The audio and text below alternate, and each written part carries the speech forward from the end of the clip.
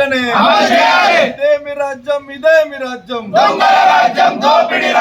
ఇదేమి రాజ్యం ఇదేమి జాత్యం వెంటనే లేకుండా పథకాలను వెంటనే జై జై మాతా అప్పుడే మాతా.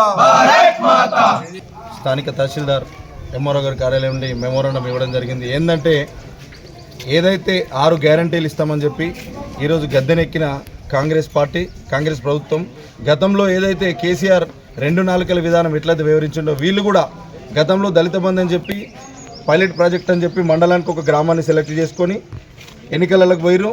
మిగతా గ్రామాలకు ఇప్పటివరకు కూడా దళిత బంధు అందలే. మండలంలో ఒక గ్రామానికి మాత్రమే అని చెప్పి ప్రజలను కేవలం మాయపెట్టి రేపు ఇంకేదో వస్తుందని చెప్పి కేవలం వాళ్ళు సీట్లు చేజించుకోవడం కోసం ఓటు బ్యాంక్ రాజకీయాలు చేశారు. ఈరోజు కూడా కాంగ్రెస్ పార్టీ కూడా అదేవిధంగా ముస్తాబాద్ మండలంలో 38,000 పైచీలకు ఓటర్లు ఉన్న ఈ మండలంలో 22 గ్రామ పంచాయతీలు పెట్టుకొని కేవలం కొండాపూర్ అనే గ్రామాన్ని మాత్రమే పైలట్ ప్రాజెక్ట్ కింద తీసుకొని అక్కడ అర్హులందరికీ పథకాలు అందించడం అనేది ఏంది అని మేము భారతీయ జనతా పార్టీ ప్రశ్నిస్తూ ఉన్నాం. కొండాపూర్కి ఇవ్వడానికి మాకేం ఇబ్బంది లేదు. కొండాపూర్ మాదిరిగానే మిగతా అన్ని కొండాపూర్కు ఇవ్వడానికి మేము హర్షం వ్యక్తం చేస్తూ కొండాపూర్తో పాటు మిగతా గ్రామాలందరూ కూడా ఇవ్వాలని చెప్పి మేము భారతీయ జనతా పార్టీ తరఫున డిమాండ్ చేస్తూ ఉన్నాం. మరి అదేవిధంగా వివిధ పథకాలు చూసుకున్నట్టుంటే ఈరోజు లబ్ధిదారులు అందరూ అర్హులందరూ కూడా పొద్దున్న లేస్తే రేషన్ కార్డులు పట్టుకొని ఆధార్ కార్డులు పట్టుకొని జిరాక్స్ సెంటర్ల చుట్టూ తిరుగుడు కాగితాల సప్పుడే ఉన్నది తప్ప ఇప్పటివరకు మీరు ఎంతమంది లబ్ధిదారులు ఫైండ్ చేసిందని చెప్పడానికి అధికారుల దగ్గర ఇప్పటికీ సరైన జవాబు లేదు.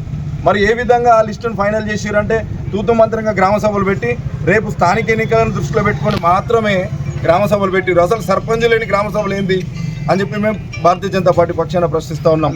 మీరు తీసుకున్న దరఖాస్తులలో ఎంతమంది నిజమైన అర్హులందరూ ఉన్నారు? అర్హులు కానోళ్ళు ఎవరున్నారు? మరి ఇంకెంతమందికి ఇస్తారు? ఇచ్చే పథకాలు ఎప్పుడు రిలీజ్ చేస్తారు? అసలు 6 గ్యారంటీలు ఎన్నడిస్తారు? ఇందులో మీళ్ళలో 400-500 లిస్టు పట్టుకొని వచ్చారు గ్రామానికి. మరి ఆ 400 మందికి ఇస్తారా?